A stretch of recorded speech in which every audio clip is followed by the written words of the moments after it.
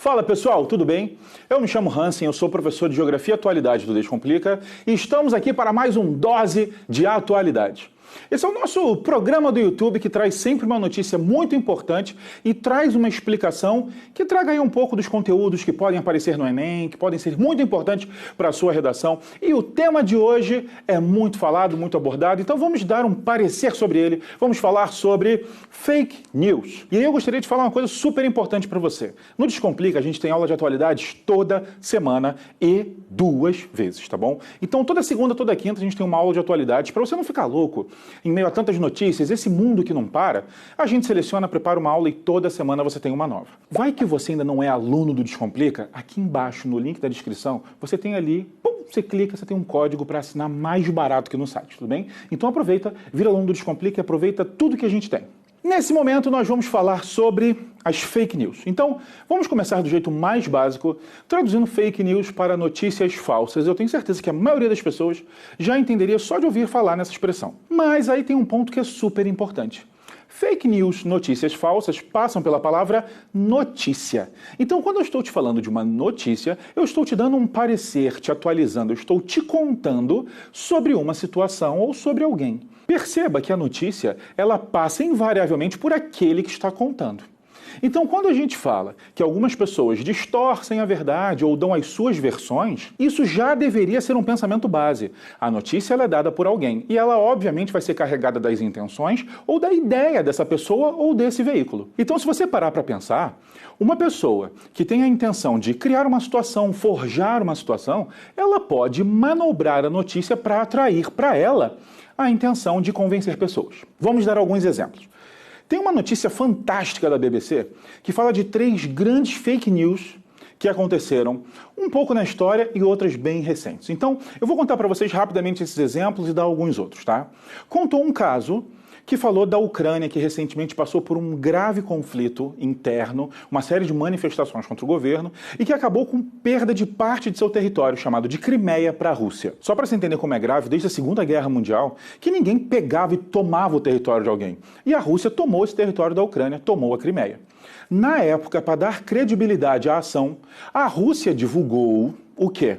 Notícias em que ela mostrava ucranianos crucificando crianças e mostrando eles como se estivessem fazendo atos demoníacos. Depois tudo isso foi provado mentira, fake news total. Nem a praça que eles falaram que estava acontecendo aquilo era verdadeira.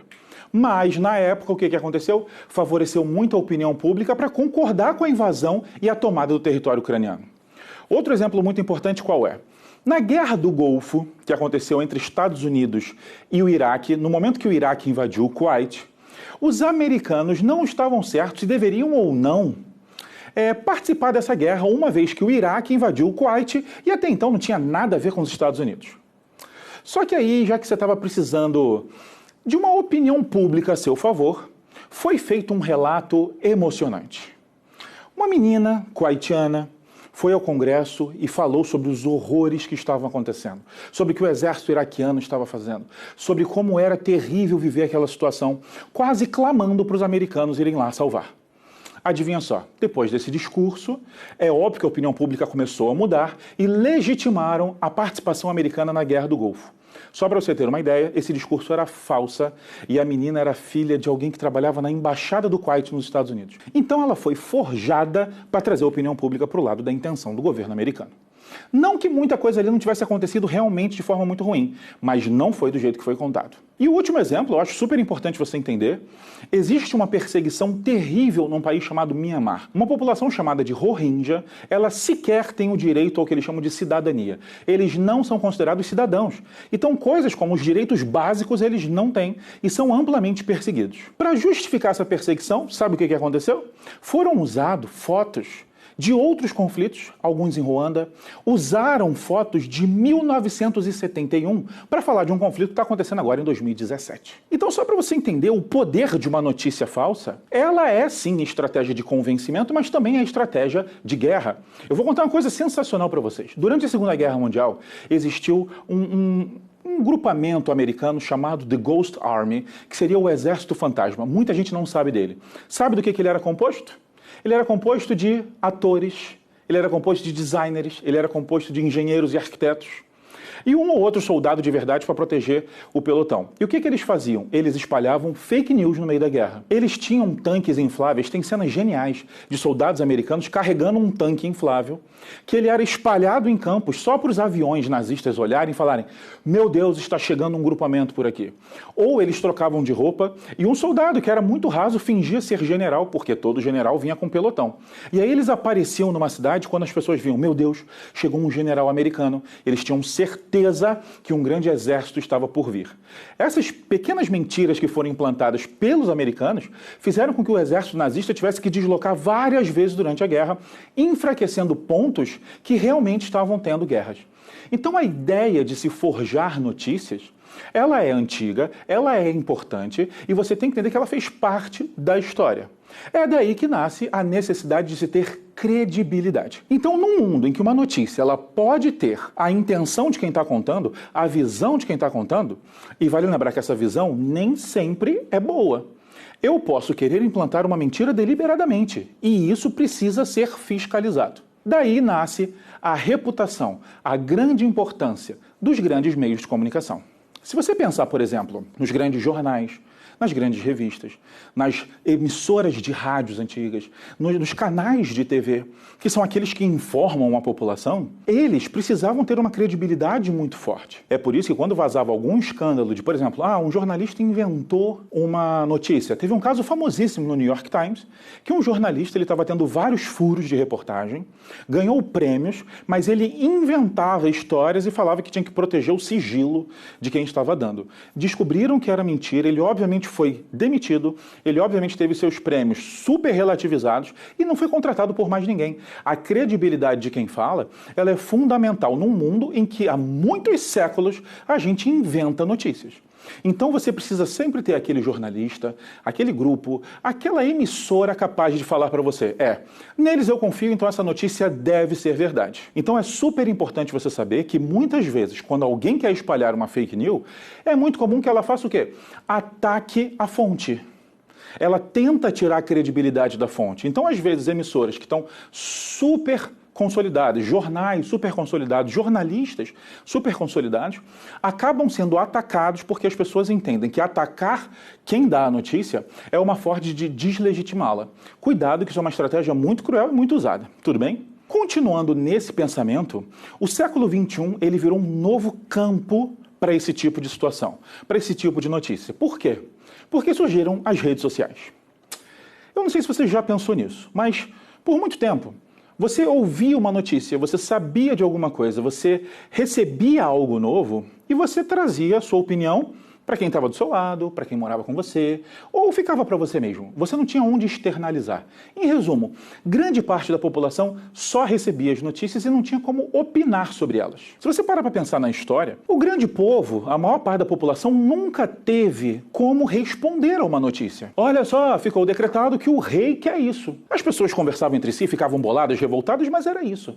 A menos que surgisse uma grande revolução, não era nem sabido o que a população achava daquilo. Já as redes sociais, elas mudaram. Vão nascer coisas como, por exemplo, o textão. O que é o textão?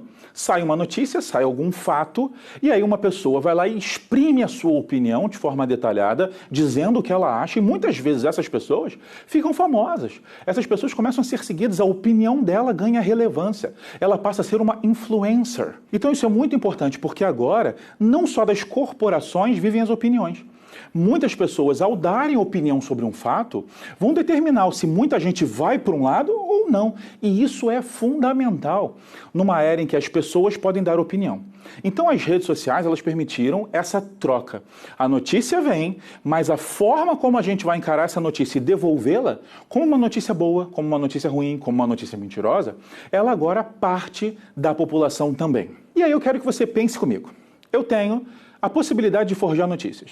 Eu tenho a população sendo capaz de responder e comentar coisas. Diante disso tudo, surge um novo campo que vai interessar a partidos políticos, a empresas, ao comércio no geral, que é o quê? O uso de dados para determinar o que você faz e, de um lado aí totalmente imoral e antiético, para inventar coisas. Então, quando você para e pensa, eu sei muitos dados sobre as pessoas. As pessoas estão nas redes sociais, elas exprimem a sua opinião, elas botam o CPF quando fazem uma compra, elas são localizadas pelo seu celular. Você fala uma palavra perto do aparelho e esse aparelho começa a te oferecer coisas. Então você sabe que estamos o tempo todo servindo dados. Nós somos muito mapeados, isso é verdade. Então quando você entende esse mundo, virou uma campanha política o quê? Olha, eu sei que as pessoas da cidade tal são muito preocupadas com segurança. Então, o que eu acho que eu devo fazer? Acho que eu devo fazer um programa especial de segurança para aquela cidade. E isso é totalmente inteligente e legítimo. Utilizar a necessidade das pessoas para se criar bons programas, boas iniciativas políticas. Contudo, o que a gente percebeu foi que eles utilizaram algumas informações e colocaram robôs para divulgar notícias que não eram verdadeiras, que eram mentirosas sobre fatos. Então, se você sabe que um determinado grupo acha uma ação X horrível, a gente criaria uma notícia falsa e espalharia essa notícia como se ela fosse verdadeira, inventando fontes. E por que muitas pessoas acreditam nisso? Porque eles usam ferramentas como as redes sociais, como o WhatsApp. Então, quando alguém que você confia te manda uma notícia, a chance de você ter credibilidade nela é muito maior. Então, isso acabou sendo um ponto de discussão. Até onde nós podemos confiar nas notícias ou não? É por isso que, hoje em dia, existe uma prática que é muito, mas muito comum, que são aquelas agências, são aquelas empresas, são aquelas pessoas que verificam se uma notícia é verdadeira ou não. Gente, isso é muito importante. Num mundo que é tão fácil forjar uma notícia, que é tão fácil você modificar uma foto, que é tão fácil escrever um texto e falar aquilo que você quer falar, é muito importante conferir se algo é verdade ou não. E aí, só para a gente contextualizar isso tudo, em uma redação, você ser capaz de falar sobre isso, você ser capaz de relacionar o uso de dados a melhorias públicas, você relacionar o uso de dados a fake news, você relacionar tudo isso a como a sociedade se comporta diante de um problema. A você relacionar se a população vai ser contra ou a favor uma nova política, uma nova proposta. Isso tudo é muito importante para a redação, fora a prova de linguagens e humanas, que já cobraram vários assuntos que falam de redes sociais, que falam de você estar ou não vivendo. Essa questão do Enem é fantástica, que a pessoa ela aparecia num quadrinho usando o celular em várias redes sociais e ela recebia um comentário do tipo: nossa, você está em tantas redes sociais ao mesmo tempo que eu não te vejo mais na vida real. Comentando como as pessoas estão inseridas dentro dessa lógica do uso da comunicação, do uso da internet. Então esse assunto é super importante e eu espero que vocês tenham aproveitado esse vídeo sobre fake news. Gente, olha só para lembrar, as aulas de atualidade no Descomplica não param, mas elas não são as únicas não, tá? Nós temos todas as aulas que você precisa de todas as matérias, exercício, aula específica, de tudo. Então eu te convido a clicar no link aqui da descrição e vem conhecer o Descomplica, que eu tenho certeza que você vai adorar. No mais, faz o seguinte, deixa aqui nos comentários sobre o que você quer que a gente fale. Nossa, comenta essa notícia. Nossa, fala sobre isso, eu quero muito saber. Nossa, eu nunca entendi isso. E a gente vai tentar te atender, tudo bem? Gente, esse foi mais um Dose, um beijo pra vocês e até a próxima.